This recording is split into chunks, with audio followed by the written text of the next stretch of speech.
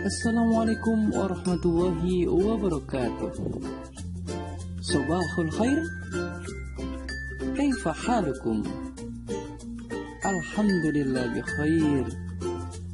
Atamanna an takuna sihatan wa afiyatan. Kembali bertemu dengan saya, dan pada kesempatan kali ini kita akan mempelajari bahasa Arab dengan materi pembahasan kaidah tentang taksimul kalimah. Mari kita lanjutkan.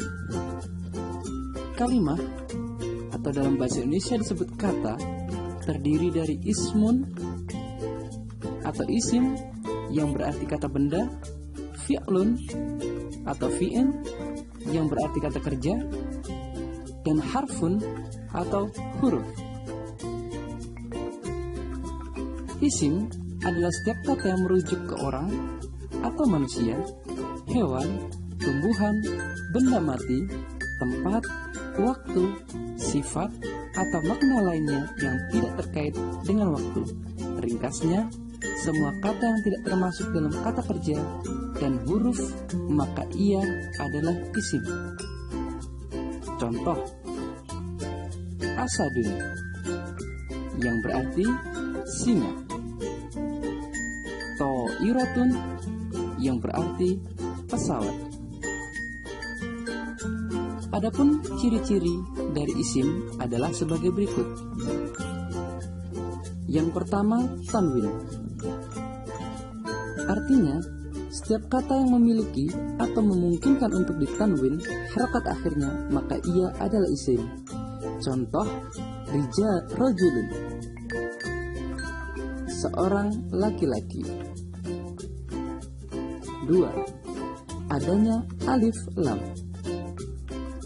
Contoh, al-kitabu yang berarti buku. 3. Terletak setelah huruf nida atau huruf yang digunakan untuk memanggil. Contoh, ya Muhammad yang artinya wahai Muhammad. Setiap kata yang terletak setelah ya, maka ia adalah isim.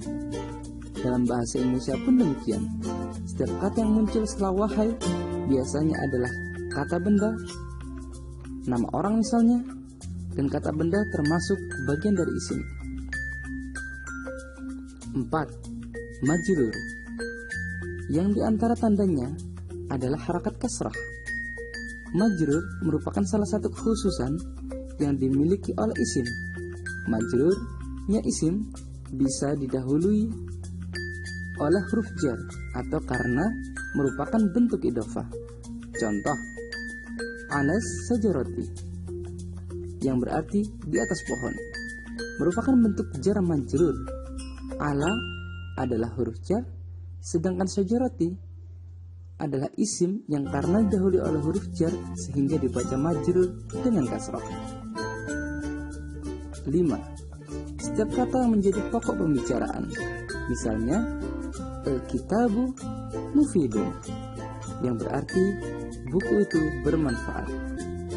Yang menjadi pokok pembicaraan dalam kalimat tersebut adalah al-kitabu, sehingga al-kitabu adalah isim.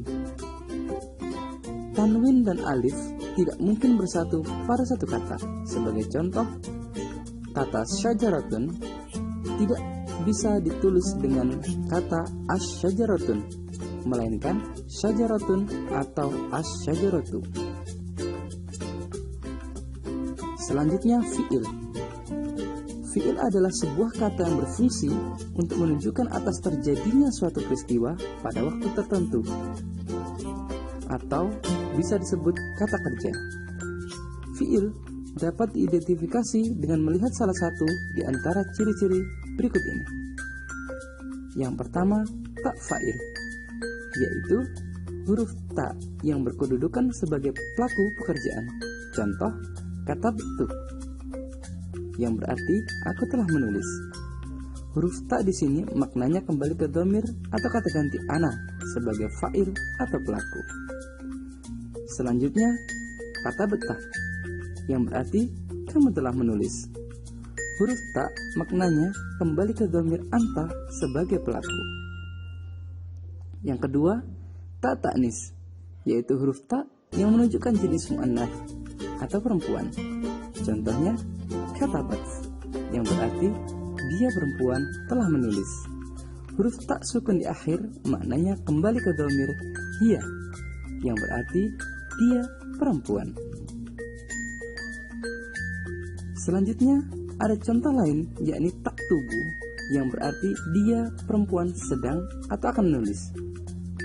Huruf ta di awal maknanya kembali ke dhamir hiya, yang juga berarti dia perempuan. 3. Ya mukhatabah, yaitu huruf ya yang menunjukkan kata ganti orang kedua atau kamu atau pihak yang diajak bicara. Contoh, taktubina, yang berarti kamu perempuan sedang menulis. Contoh lain, misalnya uktubi, yang artinya wahai kamu perempuan, tulislah. Yang keempat adalah adanya nun taukid, yaitu huruf nun yang ditambahkan di akhir kata untuk menunjukkan makna penekanan. Contohnya, liyaktubanna, yang berarti hendaklah dia benar-benar menulis. Terakhir, harfun, atau dalam bahasa Indonesia kita kenal dengan kata huruf. Huruf yang termasuk dalam kategori kalimah adalah huruf ma'ani. Huruf ma'ani dikategorikan sebagai kalimah karena huruf tersebut sudah memiliki arti atau makna. Hanya saja, maksud atau maknanya belum dapat kita pahami secara utuh kecuali jika sudah digandengkan dengan kata lainnya. Dengan bahasa Indonesia, dalam bahasa Indonesia, huruf identik dengan kata sambung atau yang sejenisnya. Contoh, wa yang berarti dan, tuma yang berarti kemudian, dan min yang berarti dari. Sampai di sini penjelasan dari Ustadz. Syukran ala ihtimamikum, al-afu minkum, wassalamualaikum warahmatullahi wabarakatuh.